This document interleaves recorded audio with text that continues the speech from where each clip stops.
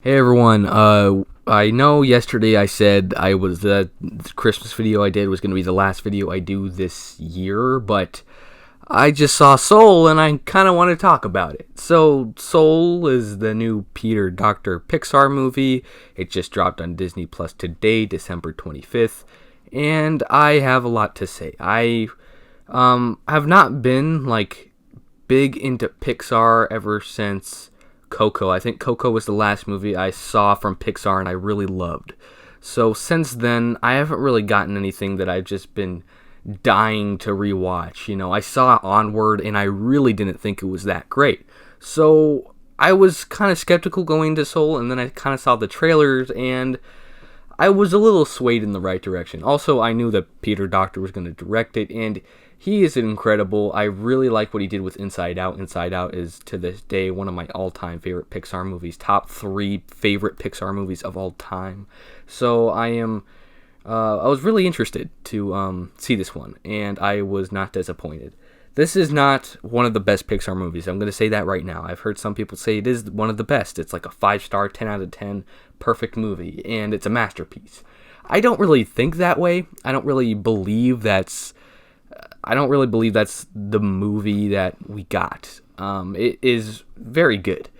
It basically follows a dude who is very passionate about jazz. He's a middle school band teacher, but then he gets a big break. He's going to do this big gig. And then he kind of, dies and goes to the afterlife.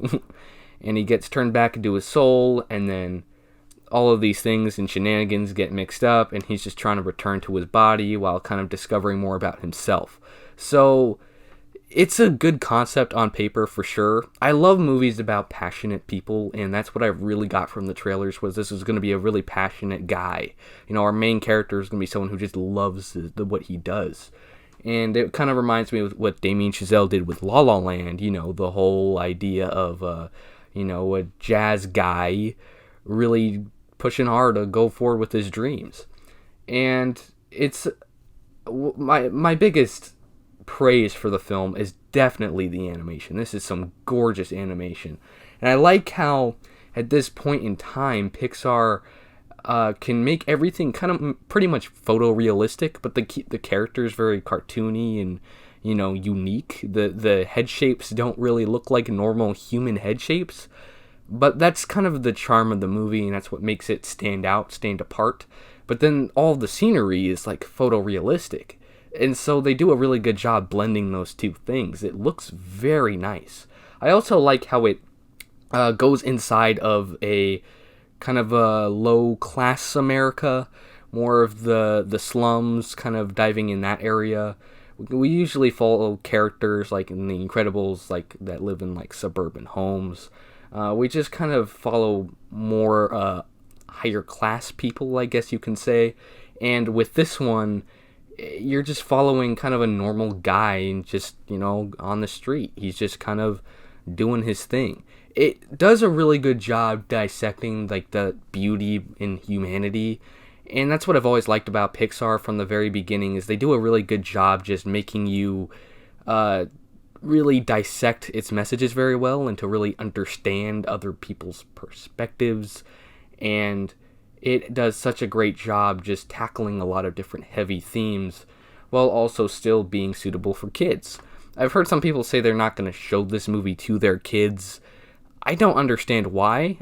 They say it's too deep. I think kids should watch it. I think it's very important. It's definitely made more towards adults. That's what it's more geared to. But I feel like kids can watch it too and really get something out of it.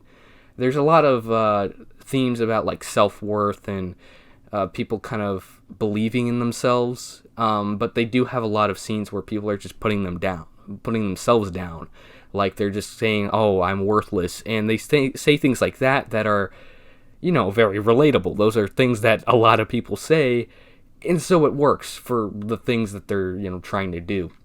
I like our main character a lot. I think he is really interesting, really engaging. Jamie Foxx does a great job. He's one of my all-time favorite actors, so it was really great casting. He fit the role very well. And I like the world building for sure. It's always opening up and showing you new things. introducing you to new characters, things like that. And so much happens in the film that when it ends, you feel like you've gotten the full package, the complete full package. And I really like that about it. It is very different than I feel like what Onward did. Onward didn't really have that full package feel. It was just kind of direct and kind of didn't, do any side plots, have any twists or turns. It was very, very straightforward. But with this one, so much happens that by the end, you just feel like you really got something out of it. But I guess my biggest issue with the film, if I have to give a big negative, is probably the ending.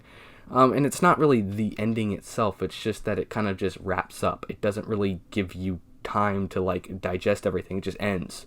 And that kind of bothered me because I feel like the movie was so good, and then it just kind of ends, and it didn't really feel right to me. I feel like there should have been a more gut-punching ending, some kind of a full emotional conclusion, and it could have just wrapped up just a little better, but besides that, I don't really have many problems with the film. I think the humor lands very well. It has a lot of subtlety in its jokes, and one big thing I really, really like is the score. I feel like a lot of kids' movies, animated movies, things that come from Disney and Pixar have always have big orchestral themes, and everything's just big and loud, but it's very subtle in this movie. It's very quiet, it's very peaceful, and it fits the tone for the film, which is quiet and peaceful, just kind of settling down and dissecting things. There are just times when characters just look around at other people on the streets and they just look at them. And you just see all the different personalities of just random people in the street. It's very relaxed, and I really like that. That was my biggest issue with Onward, is that movie just didn't really have any time to relax. It just kind of moved, and I didn't really like it that much. So Soul is definitely a huge improvement from Onward in almost every way. I really, really like Soul. It is not my favorite movie of the year, I think. Unfortunately, it still goes to Palm Springs. I love Palm Springs, and I think that movie, I don't like to compare right now, but I think what that movie did really well was it just kind of hit all the beats it needed to, and then it all wrapped up. With this movie, it was getting to all those beats, and then it didn't wrap up properly. I feel like it just kind of ended, and that was something that really bothered me. But like I said, besides that, this is a gorgeous movie. It dissects so much. It is beautiful. It is heartwarming. It's inspiring, but it never feels manipulative. It never feels like it's just shoving it down your throat. It feels like has everything they do. Every emotional beat feels earned. It all feels right. And so, yeah, this is definitely probably a top 10 Pixar movie.